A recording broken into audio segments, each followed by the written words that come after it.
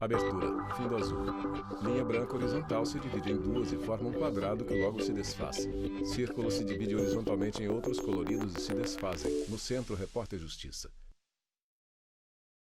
Ele foi um dos defensores do português e fundador da Academia Brasileira de Letras. Não é à toa que Rui Barbosa recebeu inúmeras homenagens e teve a data de nascimento, 5 de novembro, associada ao Dia Nacional da Língua Portuguesa. Uma carreira que não parou por aí. O baiano também foi advogado, jornalista, político, jurista, diplomata e lutou por garantias. A partir de agora, o repórter Justiça mostra que juntos, direito e linguagem são importantes ferramentas de transformação e de inclusão social. Valdirene convive há 4 décadas com uma neuropatia periférica, doença que atinge os nervos que saem da medula espinhal e vão para partes do corpo como as mãos e os pés. O diagnóstico veio cedo quando Valdirene tinha apenas 4 anos. Ainda menina, começou a usar muleta para se locomover. O problema evoluiu e, com o tempo, a então professora passou a andar de cadeira de rodas. Percebeu aí um mundo cercado de preconceito. Não era incomum ouvir pessoas se referirem a ela como aleijada ou paralítica.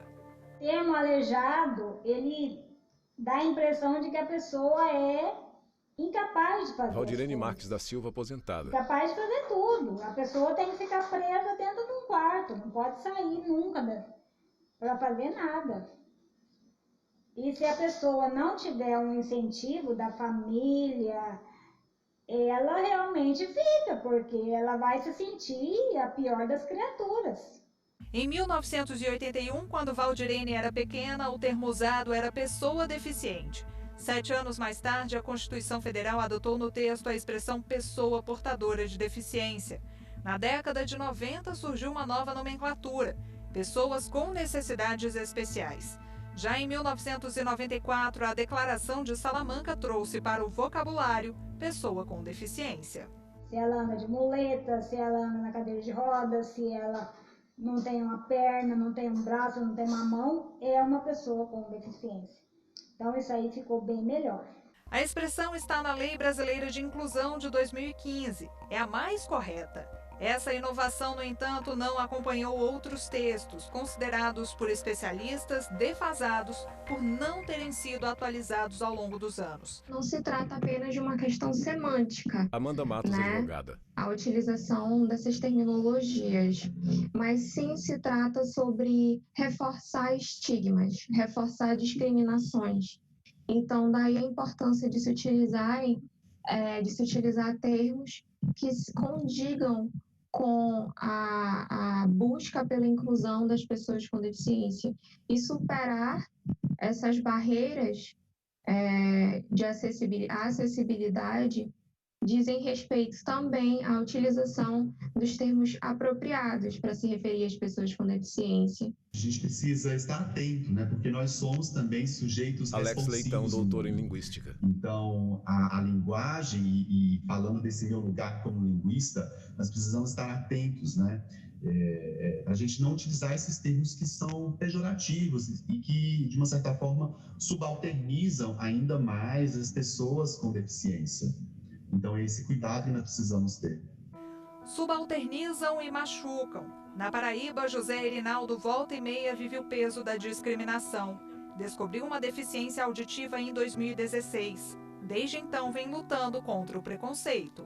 Já fui chamado de moquinho, surdinho. José Erinaldo Oliveira Bezerra, pedagogo. Até de doido já chamaram. Tá escutando, não? Problema que se estendeu para o ambiente de trabalho, onde colegas fingiam desconhecimento em relação à força das palavras usadas. Já falaram comigo gritando, já falaram comigo baixinho demais para me testar, já disseram que eu tinha comprado laudos, né? Mas as pessoas, elas não sabem se colocar no lugar da gente e entender que a nossa deficiência, ela nos impede em alguns aspectos, mas em outros a gente faz tudo normal, como qualquer pessoa, com ou sem deficiência, né? Faz e faz bem, viu? A Tatiana, que perdeu a audição gradativamente aos 17 anos, é prova disso. Não é porque eu tenho uma deficiência que eu sou pior do que alguém ou melhor do que Tatiana alguém. Araújo, analista de comunicação corporativa. Que, dentro das minhas características enquanto ser humano, Uma delas é a minha deficiência auditiva. O contrário de eficiência não é deficiência, mas as pessoas associam dessa forma, que deficiente é o oposto de eficiente. O oposto de eficiente é ineficiente.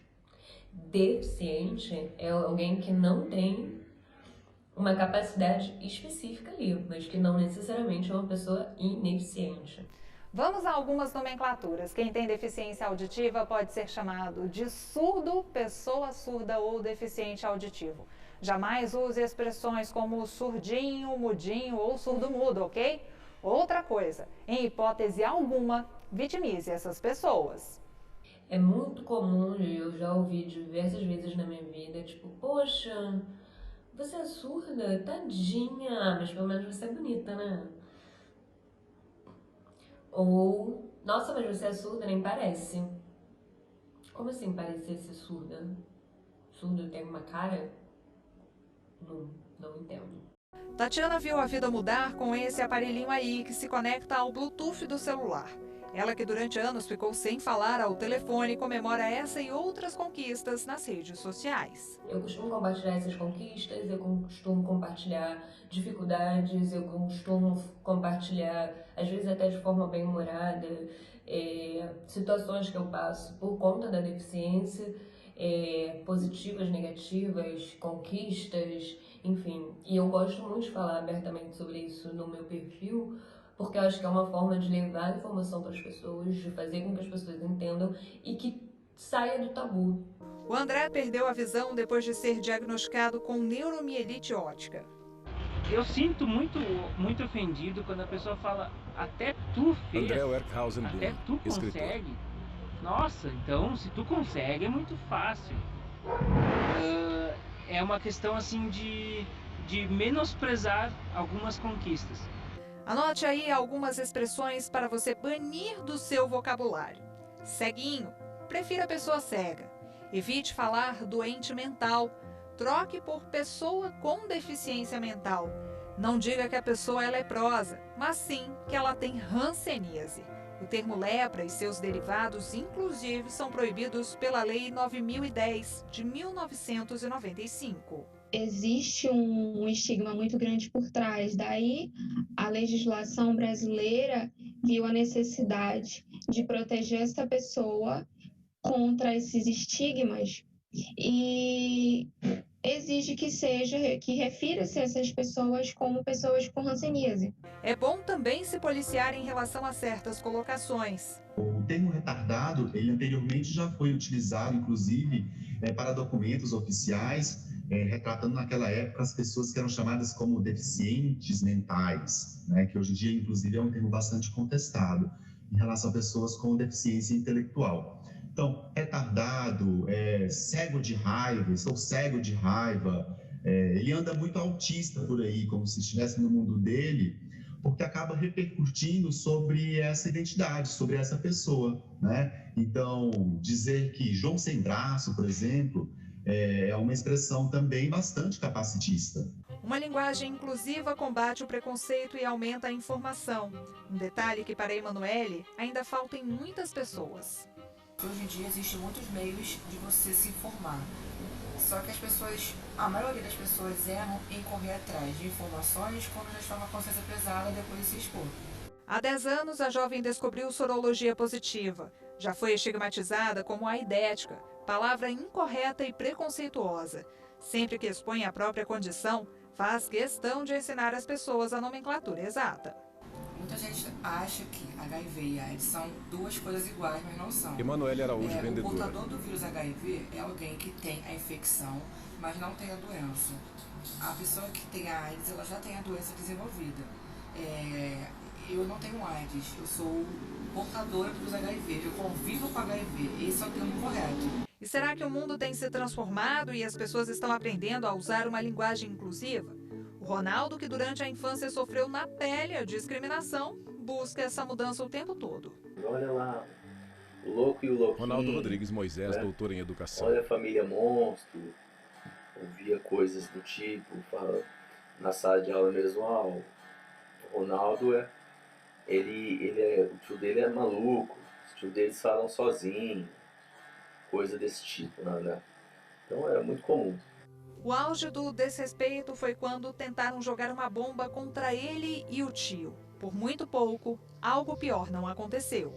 Aí foi acho que uma situação ímpar dentro da minha construção como ser humano e na minha luta para a inclusão, para a valorização e respeito das pessoas com deficiência. Para Ronaldo, é por meio da linguagem que transmitimos e produzimos saber. Em A Família Colorê, ele usa personagens coloridos para dizer que todas as cores são importantes. Tenho sempre em mente que a valorização da pessoa com deficiência, o incentivo à inclusão, é sobretudo parte, inicialmente, de uma mudança atitudinal. É de você olhar o outro, não de cima para baixo, mas no mesmo nível que o seu. Entender que ele tem também uma história, familiares, amigos, e é uma pessoa assim como você, com qualidades, com virtudes, com defeitos, enfim, um ser humano.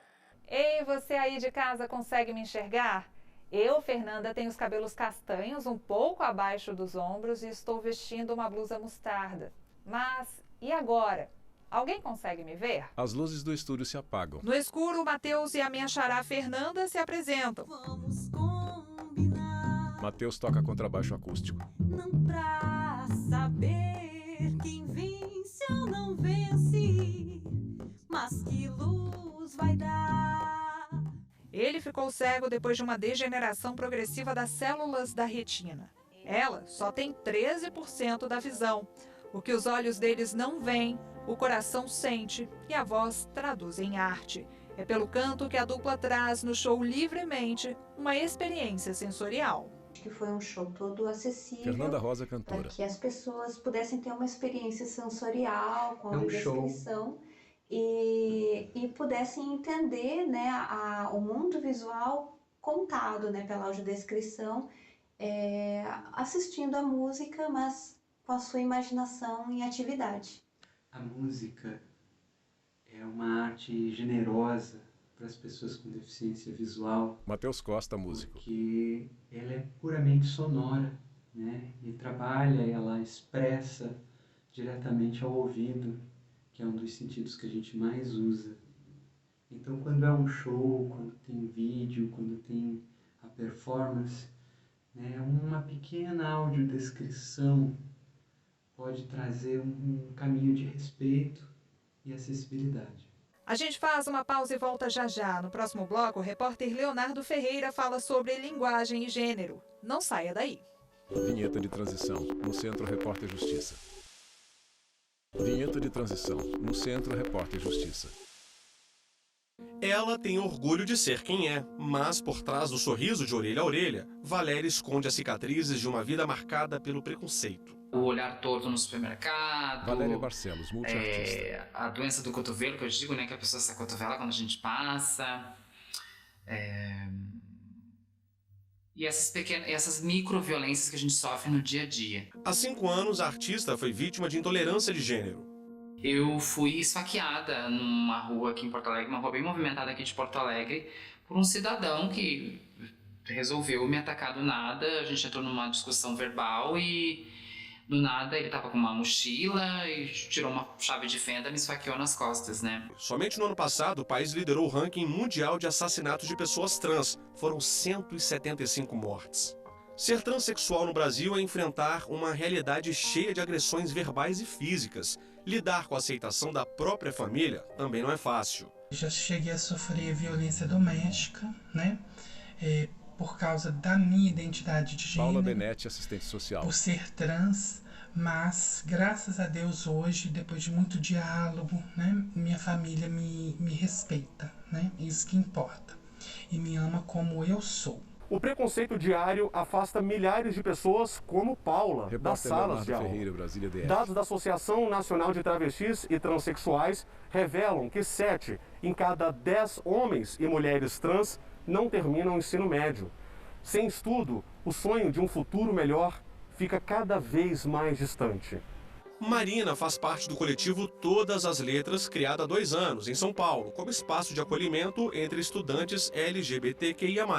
Não é algo Marina Rodrigues, que é estudante. apenas um artigo ou um pronome. É todo um exercício de a gente contornar algumas coisas que parecem sacramentadas na nossa linguagem para torná-la um pouco mais ampla. Sempre que uma pessoa transexual enfrenta o sistema, bate de frente com preconceito. Isso não foi empecilho para Chay continuar a vida acadêmica. Ele sente orgulho de ser o primeiro homem trans arqueólogo do Brasil. Os meus pronomes são ele e dele. Chay Rodrigues, arqueólogo. Então eu tenho um gênero específico. E é no masculino, portanto eu sou um homem trans binário. Mas como eu mostro esse masculino para a sociedade, é problema meu, entende? Mas mesmo assim eu continuo sendo um homem. Mesmo que as pessoas, ou que você aí, não me veja como um homem, mas eu estou dizendo que sou, e logo você está vendo que existem outras formas de masculinidades. LGBTQIA+. Muita gente não sabe o que a sigla significa, então vamos traduzir. L de lésbicas, G de gays, B de bissexuais, T de transexuais, Q de queer, que são pessoas que transitam entre as noções de gênero, como as drag queens, I de intersexuais, que apresentam variações genéticas que não correspondem completamente aos sexos masculino ou feminino, A de assexuais, que não sentem atração sexual por outras pessoas, independentemente do gênero. E, por fim, o mais, usado para incluir outros grupos e variações de sexualidade e gênero. Tem uma infinidade de outros termos que, se a gente for adentrar presidente da Associação Nacional de Travestis e Transsexuais, convencer a sociedade ou para democratizar na sociedade esses termos, nós vamos levar um período muito longo. E se você tem dúvidas sobre como deve se referir a uma pessoa LGBTQIA+, pergunte, isso evita qualquer bola fora. Se uma pessoa tem uma aparência indumentárias do gênero feminino, obviamente que os adjetivos serão femininos. Se masculinos, serão masculinos. Ou se essa pessoa não deixa nítido que ela define essa expressão de gênero na sua aparência, ou ela mescla esses dois gêneros, né, na sua apresentação, a pessoa que está conversando ou em diálogo com essa outra, ela pode simplesmente perguntar: como você quer que eu te chame? Na medida em que o movimento ganha força, siglas, conceitos e ideias se transformam. Em 2019, o Supremo Tribunal Federal decidiu enquadrar homofobia e transfobia como crimes de racismo. O que o Supremo Tribunal Federal fez então foi reconhecer que esse processo discriminatório é sistemático, juiz do Tribunal de Justiça do Distrito Federal violento, e Territórios. Físico, inclusive, e, portanto, então, havia a necessidade de reconhecer sociopoliticamente, importante a gente colocar isso, que raça é um conceito sociopolítico, e reconhecer sociopoliticamente que esse grupo, então, era um grupo racializado. E aí, a gente tem, então, a proteção hoje da lei do racismo. É um avanço? É um avanço, evidentemente, porque reconhece um tanto de questões importantes. Nossa, você é tão bonita, tá solteira? Flávia Mariotto, consultora de Por que marketing. você ainda não casou? E aí, quando vai ter filhos? Nossa, você não quer ter filhos? Por quê? Nossa, ela tá mal amada, né? Tá naqueles dias? É TPM, né? Quem nunca ouviu isso? Que mulher pode dizer que nunca ouviu esse tipo de frase? Flávia tem na ponta da língua frases e perguntas que escuta com frequência. Por saber que determinados termos ofendem, a consultora de marketing adota a linguagem inclusiva como base de respeito. Seja qual for o tema, cor de pele, classe social, gênero, é muito importante a gente compreender que, como sociedade, a gente vive na pluralidade. E a sociedade precisa abraçar essa diferença. Há 5 anos, Ana Lúcia pesquisa a comunicação inclusiva na representação de todos os gêneros. Um exemplo é quando alguém abre um discurso com o famoso "Boa noite a todos e a todas". O debate sobre a linguagem de gênero inclusiva, ela vai muito além de você incluir mulheres, mas você incluir toda e contemplar toda a diversidade de gênero que tem. Agora a gente fala sobre linguagem neutra ou não binária. Hoje em dia, principalmente na internet, muitas pessoas têm substituído algumas letras como estratégia de inclusão. Por exemplo, você usar o E no lugar do O ou do A. Então, para formar uma palavra que está bastante usada hoje, que é o todes, né? Então você tem o todas feminino, todos masculino e o todes, que seria com esse E, que não deturpa muito, né, a morfologia da língua, é pronunciável, é facilmente escrito, né? E você pode usar essa estratégia para você ter uma palavra neutra. Ele seria o pronome de tratamento neutro. Isso tudo ainda tá em debate, claro, mais fortemente dentro da comunidade LGBTQIA+, o pessoal que estuda gênero, e a gente como linguista vai acompanhando esses debates, essas discussões, essas mudanças, porque as pessoas já estão usando essas formas, né? Otiel é pessoa não binária e ativista da linguagem neutra. Não usa sobrenome e faz questão de se identificar como farmacêutico.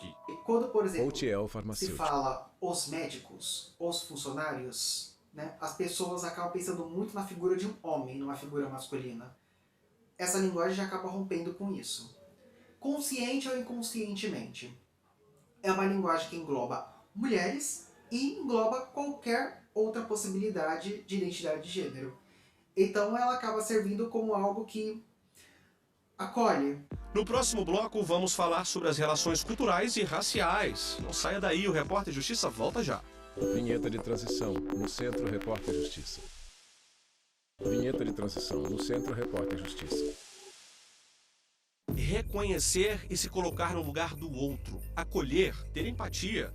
Para adotar uma linguagem inclusiva, o primeiro passo é eliminar expressões racistas. Eu fui chamada de muitos termos pejorativos racistas na minha vida e ainda sou, porque a gente vive numa sociedade que naturaliza o racismo. Então termos como mulata, negra do cabelo duro, negra linda, morena, fizeram e fazem parte do meu cotidiano. Preconceito antigo, termo novo. Racismo linguístico é o conceito de toda experiência que tenha a racialização da linguagem. Quando a gente fala sobre isso é porque precisa rever muita coisa. A palavra denegrir, por exemplo, geralmente é usada para se referir a alguém que está sendo difamado ou injustiçado.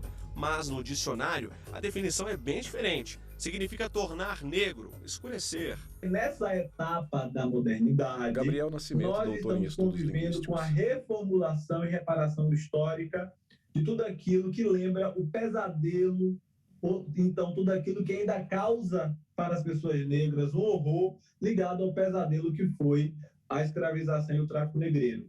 Então, o termo traz a referência a manchar, a tornar escuro algo, e a sua referência social não é uma referência que está ligada a manchar uma roupa. Você já deve ter escutado alguém dizer inveja branca. Neste caso, o racismo linguístico ocorre porque a imagem da pessoa branca é associada a algo positivo. Ninguém fala inveja negra, porque já se imagina que inveja é uma coisa ruim, né? Então, a inveja branca se torna um sentimento daquilo que parece ser melhor do que a inveja negra, e o nome branco denuncia aqui a formação de um racismo linguístico. A coisa tá preta, mercado negro, cor do pecado, lista negra, criado mudo. Tá na hora de banir essas expressões do vocabulário porque elas carregam rastros dos tempos sombrios da escravidão. Para quem não sabe, criado mudo seria uma pessoa negra escravizada que ficaria a noite toda em pé com uma garrafa de água na mão, a fim de servir água para aqueles senhores escravagistas quando sentissem sede. Não sou tuas negras, para mim é nitidamente racista, porque uma mulher negra pode ser usada e abusada de qualquer jeito, colocando-a em posição de desvalorização. Então, se for negra, tudo bem, mas se não for, peraí.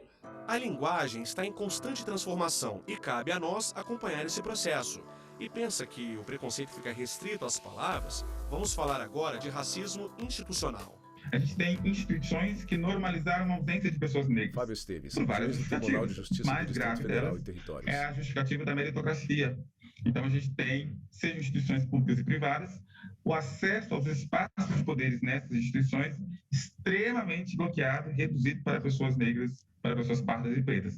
Isso é uma forma de racismo que a gente chama de racismo institucional. Palavras que desvalorizam grupos devem ser substituídas em contextos sociais também. Ao invés de falarmos mendigo ou morador de rua, devemos usar pessoa em situação de rua. Quando nós falamos, por exemplo, numa situação de rua, nós queremos dizer mais do que simplesmente o estado de uma pessoa na rua. A gente quer dizer sobre direitos, a gente quer dizer sobre deveres, a gente quer dizer sobre um contexto que implica N questões sociais, econômicas, jurídicas, sanitárias, saúde pública, segurança pública, um tanto de elemento que a gente vai tratar a partir não mais da ótica daquele sujeito como objeto, mas como sujeito mesmo. Em Salvador, Maurício desenvolveu a série online Educação Linguística Antirracista. São vídeos didáticos publicados nas redes sociais como estratégia de combate ao racismo e promoção da representatividade. A gente precisa evidenciar o racismo, só que criar lista de palavras que não possam ser usadas não resolve o problema do racismo. Maurício Souza Neto, professor então a gente de precisa línguas. mudar as práticas. Linguagem é comunicação, a base da nossa existência. Muitos educadores e ativistas procuram usá-la como ferramenta de justiça social, colocando pessoas negras como protagonistas e desmistificando estereótipos. A educação linguística antirracista, ela é uma proposta de intervenção didática da escola, sim, mas da escola para além da escola e de outros espaços também, aqui citados como os templos religiosos, a rua e as nossas famílias. Desde criança, Alberto é alvo de comentários maldosos por causa dos olhos puxados. Ele é descendente de japonês e sempre foi motivo de piada. Aliás, o que para os outros era brincadeira, para ele machucava. Falavam que orientais têm olho rasgado, Alberto Hayashi, desenhista amarelo, xing-ling, tem um órgão sexual pequeno. Isso daí é bem comum e já faz desde muito antigamente, né? É preciso pensar no significado das expressões Repórter para que a Leonardo igualdade Ferreira, estabelecida BF. na Constituição Federal seja cumprida. A população indígena, por exemplo, sempre foi alvo de preconceito. Quem nunca falou ou ouviu a frase "que programa de índio" para se referir a uma situação que é furada? O que parece inofensivo reforça uma discriminação secular.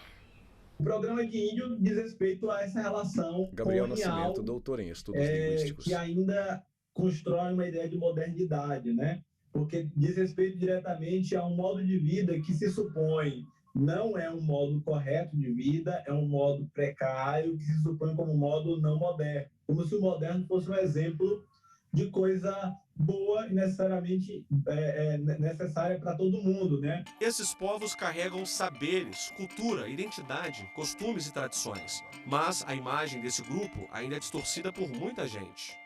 Preguiçosos, Elivelton Rondon Terena, aqueles estudante. que não faz nada. Então, também é muito comum dos não indígenas, né? Referir os índios, né? A nós como povo, né? Me marca-se muito quando Caíme vai a Sé Chavante, professor. a pessoa trata a gente, né, se inferiorizando a gente, né? Isso me entristece muito, né? E o Repórter Justiça desta semana fica por aqui. Já segue o nosso perfil no Instagram? É o TV Justiça Oficial.